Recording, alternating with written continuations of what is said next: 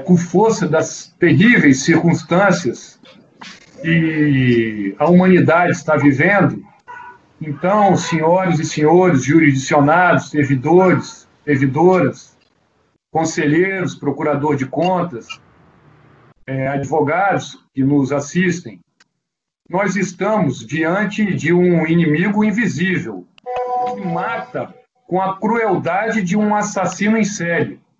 Ele se propaga com a velocidade de um relâmpago. Há apenas 4 ou 5 meses ele não existia. E hoje está espalhado em todo o planeta. A única estratégia apontada pela ciência e pela Organização Mundial de Saúde reside na higiene e no isolamento social possível, porque uns podem se isolar e outros não. A recomendação é que os países adotem as restrições severas, invistam pesadamente em seu sistema de saúde, transfiram urgentemente renda para aqueles que passam fome e amparem fortemente os trabalhadores formais, os trabalhadores informais e as empresas. Tais medidas são urgentíssimas.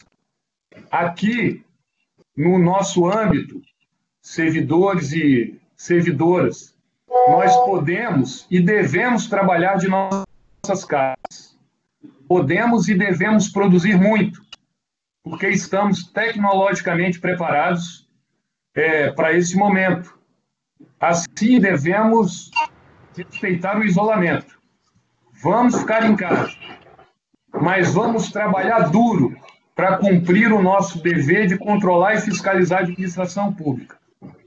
Essa é a homenagem mínima que podemos fazer àqueles que estão nas ruas, como os profissionais de saúde, de imprensa, de segurança, de transporte de pessoas e de cargas, de produção e comercialização de alimentos, medicamentos. Aqueles profissionais que cuidam da manutenção das cidades, com serviço de água, esgoto, coleta de lixo, limpeza urbana, e muitos outros. Então, nós que podemos e devemos trabalhar de casa, nós devemos essa postura a esses profissionais que estão na rua. Então, antes de começar a nossa sessão, eu preciso fazer uma breve prestação de contas.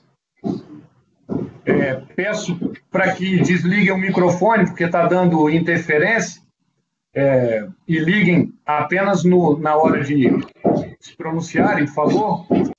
Então, no dia 6/3, nós fizemos uma primeira reunião com uma equipe mínima, e eu nem decidi não divulgar a existência dessa equipe, porque naquele momento, em 6/3, não havia entre os brasileiros o temor do que estava acontecendo na Europa e nos países asiáticos. Então, aqui, nós começamos a trabalhar preparando computadores, máquinas e toda a estratégia para que, quando a onda chegasse aqui, ou mesmo antes dela chegar, nós estivéssemos preparados para fazer o que fizemos, tirar o máximo dos servidores de circulação para produzirem em suas casas. Isso começou no dia 6/3. No dia 13/3, nós, conselheiros e procurador Luiz Henrique, nos reunimos de forma extraordinária e em sessão extraordinária e decidimos a decisão plenária 7 de 2020, criando critérios de classificação de 3 níveis, de 1 a 3, sendo o terceiro nível aquele mais restritivo. No mesmo dia, por portaria, eu determinei a realização de teletrabalho, recomendei regras sobre distanciamento, determinei a reavaliação de eventos e viagens e a repactuação de contratos. 3 dias depois apenas, nós declaramos o nível 2, pela portaria 25 de 2020. Aí, já suspendemos as sessões dos colegiados, câmaras e plenário, suspendemos o acesso e o atendimento ao público por 15 dias, suspendemos prazos por 15 dias, viagens, eventos internos e externos, e paralisamos a movimentação de processos físicos. Isso tudo para conter uma possível disseminação dentro do âmbito do tribunal. Neste mesmo dia, à tarde, eu representei o tribunal em uma reunião com o governador Renato Casagrande, com o presidente do Tribunal de Justiça, com o chefe do Ministério Público, o presidente da Assembleia e o representante dos defensores públicos. Naquele momento, dia 16, só para se ter uma ideia, a Espanha tinha 9.200 casos confirmados. Hoje tem, pouco mais de 2 semanas, 110 mil. Os Estados Unidos, naquele mesmo dia, dia 16, tinha 3.500 casos confirmados. Hoje tem 217 mil. O Brasil tinha 236 casos confirmados. Hoje tem 7 mil. E o Espírito Santo, naquele dia, naquela reunião com o governador e os chefes de poderes, tinha 4 casos apenas. E hoje tem 122 casos. Naquele dia, dia 16, as aulas foram suspensas, a partir de 17, com período de transição. E as medidas restritivas começaram a surgir paulatinamente. Essas medidas, elas foram adotadas em função de recomendações dos cientistas e da Organização Mundial de Saúde. São as medidas possíveis e impacta fortemente na economia, óbvio. Mas todos os países adotaram. E nós, cada um de nós, precisamos fazer a nossa parte. Então, dito isso, eu vou passar a explicar rapidamente, até para prestar contas para os servidores, para a sociedade, para os conselheiros, de qual é a nossa estratégia de 16 de março para cá. Qual foi nossa estratégia e o que está em curso. A Portaria 27 de 2020, que eu assinei, passando ao nível 3, o mais restritivo, no dia 22 de março, ela determinou em caráter excepcional a realização de teletrabalhos. De teletrabalho por parte de nós, membros, procuradores e servidores. O que nós temos hoje? 95% da área técnica está em teletrabalho. 4,2% de férias, 3,2% de licença maternidade e 2,1% fazendo educação à distância. E 1% de afastamento legal. A área administrativa tem hoje 74% dos servidores em teletrabalho, 20% dos servidores de férias e 6% estão sendo preparados para a educação à distância. A nossa produtividade, apenas para citar alguns exemplos, e os principais, obviamente, aumentou bastante nesse período, o que mostra um comprometimento do tribunal em continuar produzindo muito. Nós aumentamos 36% das ITCs, Instruções Técnicas Conclusivas, quando comparados ao mesmo período do ano passado. Aumentamos em 166% as instruções técnicas de recurso. Aumentamos em 352% as instruções técnicas preliminares. Aumentamos em 75% as manifestações técnicas. E aumentamos em 135% os pareceres da consultoria jurídica. Só foi possível fazer isso por 2 motivos. Primeiro, porque o tribunal, os meus antecessores, os presidentes Hanna, conselheiro Domingos e conselheiro Sérgio Abudib, investiram pesadamente na preparação deste modelo e investiram pesadamente em tecnologia da informação. Há uma equipe extremamente eficiente que eu quero render as minhas homenagens e agradecimento. Por conta do avanço desses instrumentos, nós conseguimos cumprir a nossa tarefa de continuar trabalhando, mesmo isolados em casa. Determinamos também a realocação dos recursos humanos disponíveis para prioritariamente eliminar o estoque de processos administrativos e de controle externo pendente de deliberação.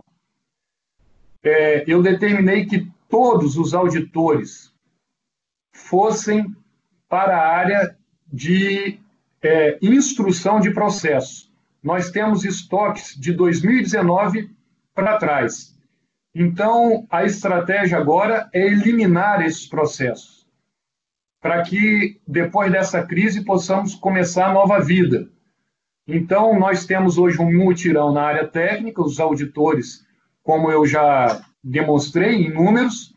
Depois, esses processos chegarão no Ministério Público de Contas, e digo ao procurador Luiz Henrique que nós daremos o suporte necessário, porque haverá uma enxurrada de chegada de instruções técnicas e processos para emissão de pareceres do Ministério Público, e nós deslocaremos, se for necessário, auditores para auxiliá-los. Nós reforçamos o time do núcleo de tendências e riscos.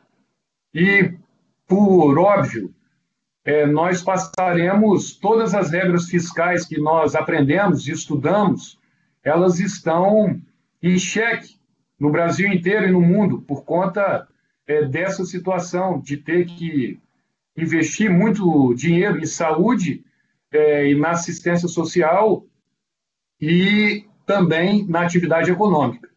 Então, nós reforçamos esse time para que ele possa, sob a coordenação do auditor Robert, para que esse time possa nos dar informações relevantes para exercermos um controle da trajetória fiscal, fundamentalmente do nosso Estado e dos municípios. Num primeiro momento, nós suspendemos temporariamente os projetos estratégicos, mas numa portaria que é assinada por mim ontem, publicada hoje, informa a todos os senhores que nós só retiraremos daquele amplo leque de projetos estratégicos o sistema de acompanhamento e comunicação com o jurisdicionado e a elaboração, e o outro projeto que é a elaboração e acompanhamento do planejamento estratégico. Apenas esses dois sairão do nosso campo de atuação em 2020. Os demais, nós conseguimos distribuir a mão de obra mais qualificada que temos para continuar tocando. Nós determinamos também a continuidade da instrução e tramitação interna de todos os protocolos e processos eletrônicos. E a Secretaria-Geral de Tecnologia da Informação está desenvolvendo, em caráter de urgência, a viabilidade para a implantação das sessões virtuais.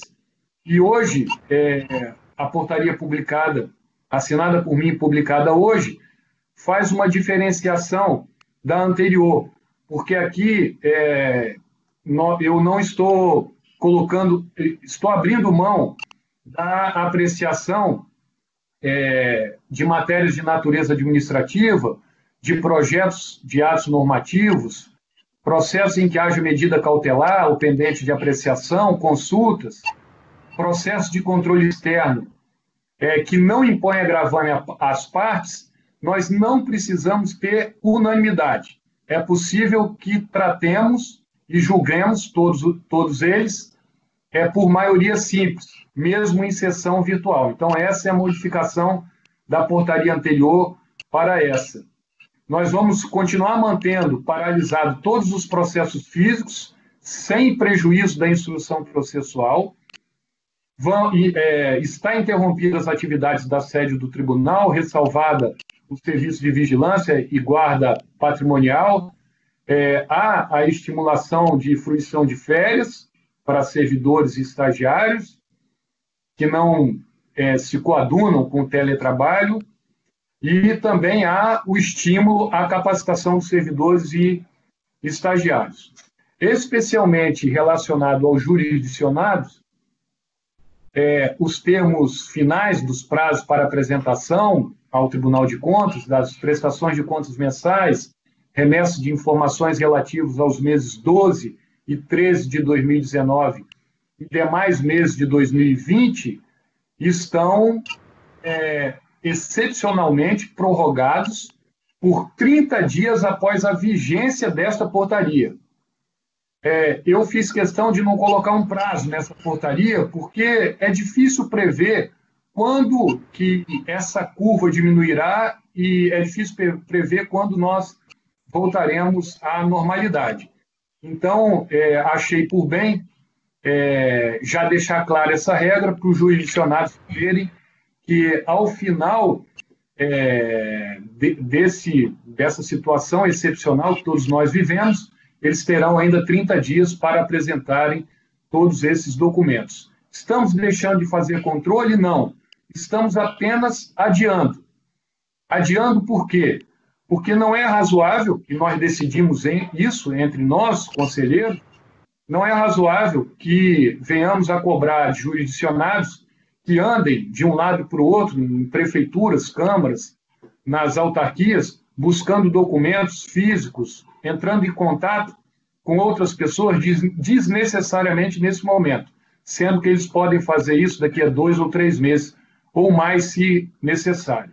Então, essa é a principal informação para os jurisdicionados, e consta dos artigos 3º, 4º e 6º da portaria. Então, em linhas gerais, de lá para cá, o que houve de inovação foi também que hoje, na portaria publicada, assinada por mim ontem, nós instituímos uma comissão técnica responsável pelo desenvolvimento, manutenção e atualização de hot site institucional, que objetiva informar jurisdicionados e demais interessados sobre assuntos relacionados a contratações públicas, a gestão fiscal, orçamentária, previdencial, pessoal, dentre outros relacionados à esfera desse tribunal, e que estejam também, direto ou indiretamente, relacionados ao combate à pandemia provocada pelo novo coronavírus. Então, em breve, possivelmente essa semana, nós teremos esse hot site, constituímos uma comissão formada por servidores muito experientes que estarão, na medida do possível, orientando os nossos jurisdicionados. O que eu tinha para falar, em linhas gerais, é isso. Gostaria de agradecer muito o empenho de todos os conselheiros, procuradores de contas, servidores, e gostaria de reafirmar o compromisso de que nós vamos produzir muito e agradecer o empenho de todos os servidores.